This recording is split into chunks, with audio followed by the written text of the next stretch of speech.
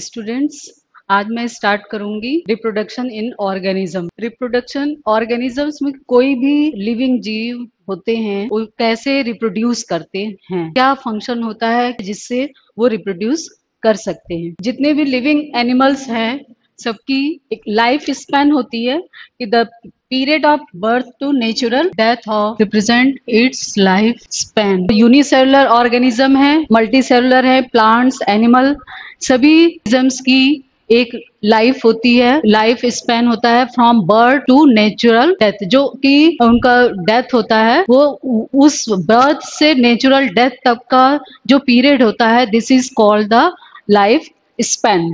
Life span हर organisms में जो अलग अलग होते हैं। यहाँ मैं कुछ एग्जांपल्स दे रही हूँ organisms name and their life span. जैसे रोज का लाइफ स्पैन जानते हो, रोज का लाइफ स्पैन होता है 10 इयर्स। डॉग का life span 10 to 13 years. Fruit flies 40 to 50 days. Rice plant 3 to 7 months. Banyan tree 200 years. तो आप देख रहे हैं कि हर जितने भी चाहे वो प्लांट्स हैं, एनिमल्स हैं, सबकी एक टाइम फिक्स होता है, टाइम लाइफ स्पैन होता है जितने साल तक वो अच्छे से रिप्रोड्यूस कर सकते हैं, ग्रो कर सकते हैं एंड फिर उनकी नेचुरल डेथ हो जाती है। डॉग है उसकी भी 10 to 13 ईयर्स का लाइफ स्पैन होता है। Fruit fly 40 to 50 days.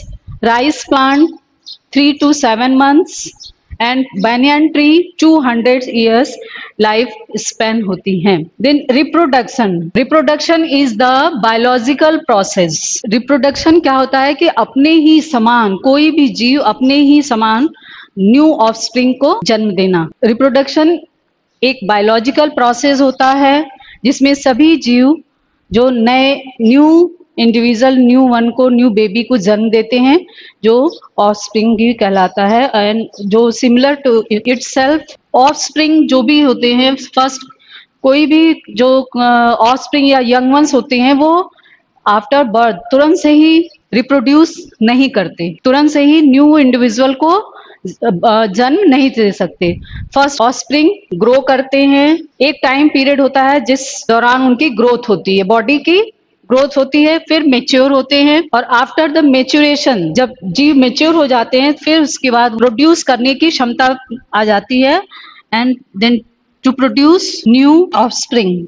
कोई भी ऑफस्प्रिंग जो न्यू इंडिविजुअल्स जो जिनकी बर्थ होती है और किसी भी कोई भी ऑर्गेनिज्म जब न्यू इंडिविजुअल्स को जन्म देता है तो वो उसकी एक फिक्स पीरियड तक उनमें ग्रोथ होती है, फिर उसके बाद जब वो मेच्योर हो जाते हैं तब ही नए न्यू ऑफस्प्रिंग को प्रोड्यूस कर सकते हैं। लाइफ साइकिल किसी भी जीव में जब वो बर्थ लेने के बाद उसमें ग्रोथ, फिर मेच्योरेशन एंड देन डेथ, ये क्रम चक्र जो है वो लाइफ में चलते रहते हैं। तो there is a cycle of birth, growth and death. किसी भी ऑर्गेनिज्म में के लाइफ साइकिल कहलाती है। बर्थ के बाद उनमें ग्रोथ होता है, ग्रोथ के बाद फिर नेचुरल डेथ होती है। इस तरह से उनकी लाइफ में क्रम चलता रहता है और ये जो है कहलाते हैं लाइफ साइकिल। एंड रिप्रोडक्शन क्यों नेसेसरी होता है, क्यों जो है ऑर्गेनिज्म जो है रिप्रोड्यूस करते हैं, क्यों उनकी आवश्यकता नीड होती है। Reproduction enables the continuity of the species generation after generation। the reproduction process से किसी भी स्पीसीज की जो जनरेशन टू जनरेशन जो है एक जनरेशन के बाद दूसरे जनरेशन तक उनकी स्पीसीज जो है वो मेंटेन रहती हैं। इस टाइप्स ऑफ रिप्रोडक्शन जितने भी जीव होते हैं, लिविंग ऑर्गेनिज्म होते हैं, में दो तरह से रिप्रोडक्शन का प्रोसेस कंप्लीट होता है। Asexual reproduction and sexual reproduction। Asexual reproduction and sexual reproduction। Asexual reproduction means it needs only one parents and sexual reproduction it needs two parents of the opposite sex। Asexual reproduction two parents of opposite sex. Asexual reproduction, when offspring is produced by a single parents with or without involvement of gamete formation, is called asexual reproduction. When offspring is produced by a single parents, जब एक parents से offspring produce होता है और with or without involvement of gametes, कोई gametes formation कभी होते हैं कभी नहीं होते हैं, और एक ही parents के द्वारा जब ऑफस्प्रिंग प्रोड्यूस होते हैं, उस टाइप का रिप्रोडक्शन एसेक्सुअल रिप्रोडक्शन कहलाता है. एंड दूसरा है sexual reproduction, when two parents of opposite sex participate in the reproductive process and also involve in fusion of male and female gametes. It is called sexual reproduction. Sexual reproduction, when two parents of opposite sex participate in the reproductive process and also involved in the fusion of male and female gametes, it is called the sexual reproduction. And asexual reproductions, plants and animal में different process होते हैं. Come on the topic asexual reproduction. In plants में asexual reproductions कैसे होते हैं? Plants और animals, जितने भी लोअर एनिमल्स, हायर एनिमल्स जो भी हैं, सब में एसेक्सुअल रिप्रोडक्शन का मेथड जो है, प्रोसेस जो है, वो डिफरेंट होते हैं, अलग अलग होते हैं. यूनिसेलुलर ऑर्गेनिज्म में अलग मेथड यूज होता है, मल्टी सेलुलर ऑर्गेनिज्म में अलग मेथड यूज होते हैं. तो सब एंड हायर प्लांट्स, एनिमल्स, सब में अलग मेथड यूज होता है. The process of asexual reproduction takes place differently both in plant and animals. It occurs through the following modes. कई अलग अलग मेथड होते हैं एसेक्सुअल रिप्रोडक्शन में का डिफरेंट ऑर्गेनिजम्स में, चाहे वो यूनिसेलुलर हो या मल्टी सेलुलर. तो कितने मेथड होते हैं? पहले first method fission, two types का होता है, binary fission and multiple fission. And second budding, sporulation, fragmentation and regeneration. First topic है fission. This process occurs in unicellular organisms. Fission में जब पेरेंट्स सेल्स और पेरेंट्स बॉडी दो और दो से अधिक डॉटर इंडिविजुअल्स में डिवाइड होता है, तो this method is called fission, and these are identical. These daughter cells are identical to their parents. Then binary fission, A, division of parent into two equal halves. जब parents body समान भाग में divide होती है, this is the binary fission.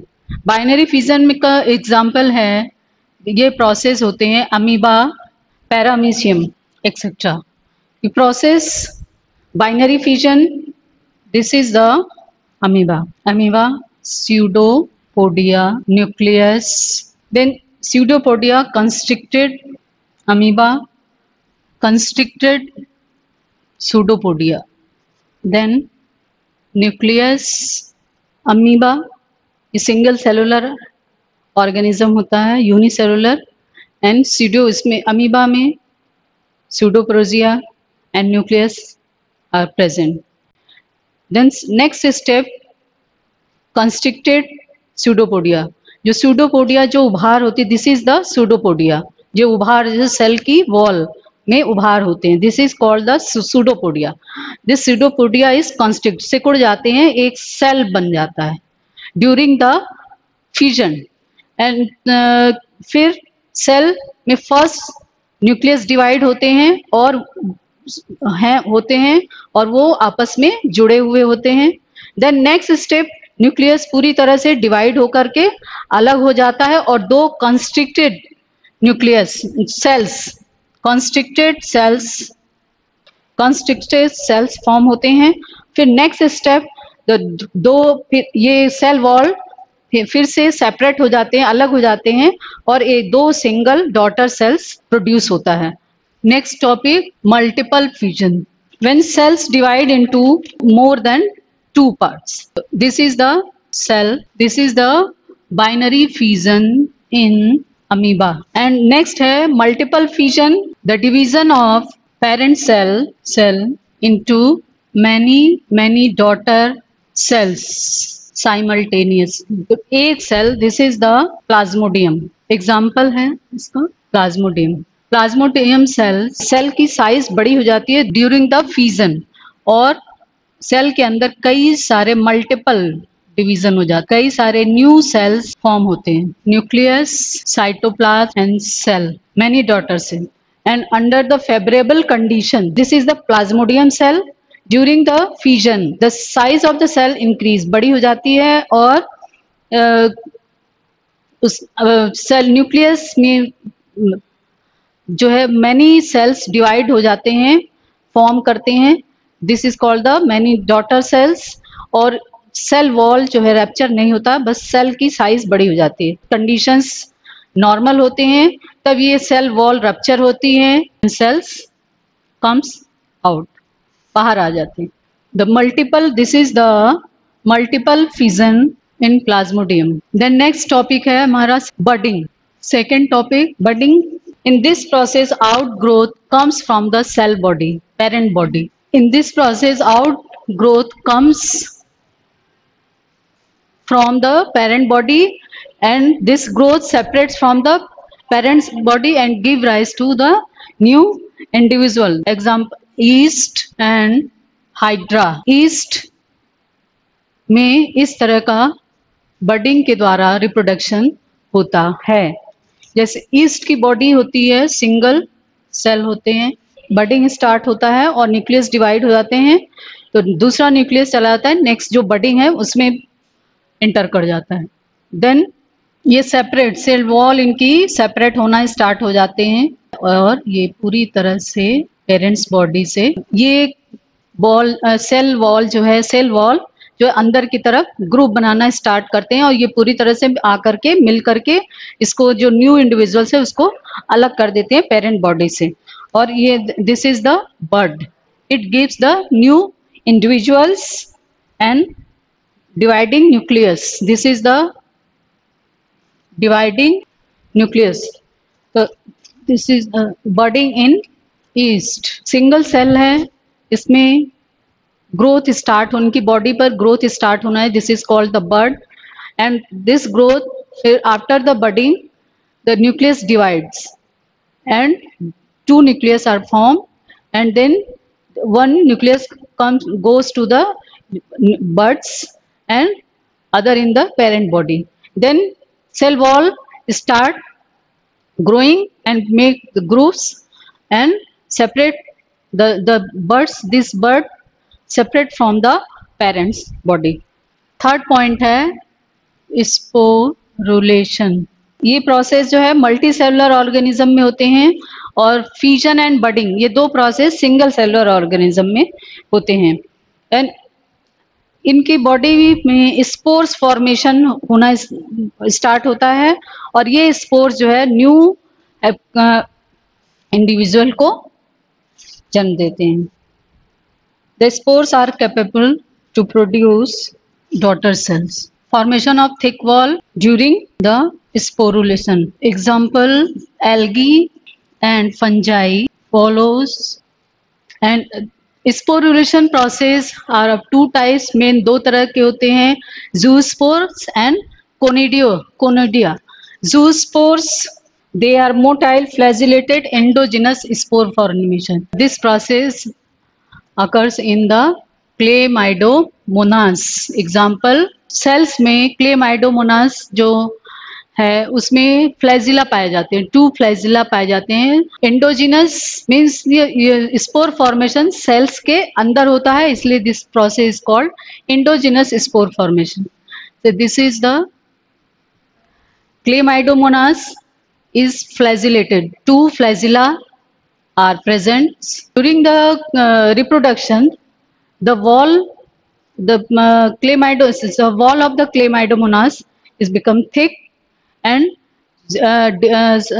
cells divide internally in many cells, daughter cells, and flagella. During the favorable conditions, the wall of the cell break, and when they attach to the moist surface, and ये spores comes out and then it develop new individuals. Then next, conidia. This process occurs in penicillium. This process occurs in penicillium. The body, this process is exogenous. This is the example of penicillium. They are non-motile. इसमें zoospores, Chlamydomonas में आप देख रहे हैं, देख सकते हैं कि इसमें flagella are present and penicillium, इसमें सेल्स में फ्लैजिला एब्सेंट होता है, इसलिए ये नॉन मोटाइल एक्सोजेनस सेल्स के बाहर स्पोर्स फॉर्मेशन होता है एंड हाइफी, एंड इसकी जो हाइफी बॉडी जो होती है वो जाल की तरह होती है. Hyphae during the reproduction during the favorable conditions they grow hyphae like structure. This is the hyphae. Then hyphae इसके टॉप के ऊपर, टॉप पर, इसकी बॉडी के हाइफी के टॉप एपेक्स पर, सिरे पर, ऊपरी सिरे पर स्पोर्स फॉर्म करते हैं और these spores are non motile and during favorable condition ये this conidia detach from the cell body and they develop to new individuals. Then next topic है fragmentation. Fragmentation. Body of the parents is fragments like, thread like. इनका जो शरीर होता है parents के वो thread के फ्रेगमेंट लाइक होते हैं और ये फ्रेगमेंट्स जब टूट जाते हैं और तो हर पार्ट, हर पीस जब separate segments, each segments fragments develop to the new individuals. This is the breaking of